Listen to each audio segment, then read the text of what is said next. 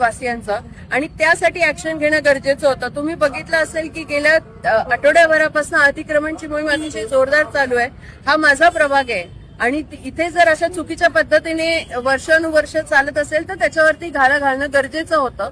आणि इथे तुम्ही कोणत्याही नागरिकांना विचारा की किती वर्ष झालेले आहेत या गोष्टींना.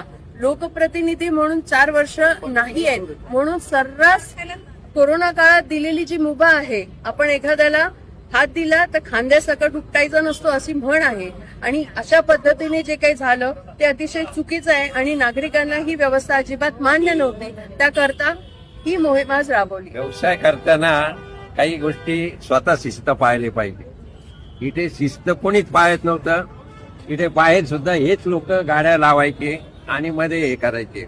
ही काही पद्धत नाही ना. शेवटी इथे राहणारे लोक आहे, त्यांना पण किती त्रास होतो. आम्ही जेव्हा फिरलो तेव्हा सर्व लोकांनी हेच सांगितलं का याच्यावर तुम्ही ताबडतोब उपाय करा.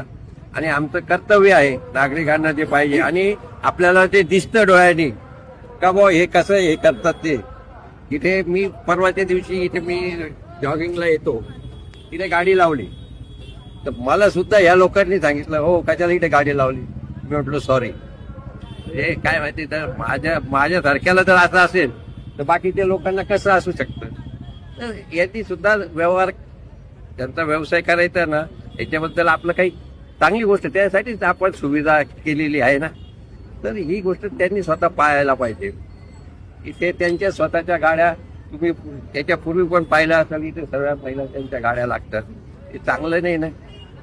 रहदारी बरं आणि सर्व लोक नाराज होते या गोष्टीवर म्हणून ही कारवाई करण्यात आली. आणि ही कारवाई कंटिन्युअस राहणार आहे. कारण की याच्यापूर्वी एक दिवस आले का त्याच्यानंतर गाड्या गेल्या का लगेच हे व्हायचं. पण ही कारवाई कायम राहणार.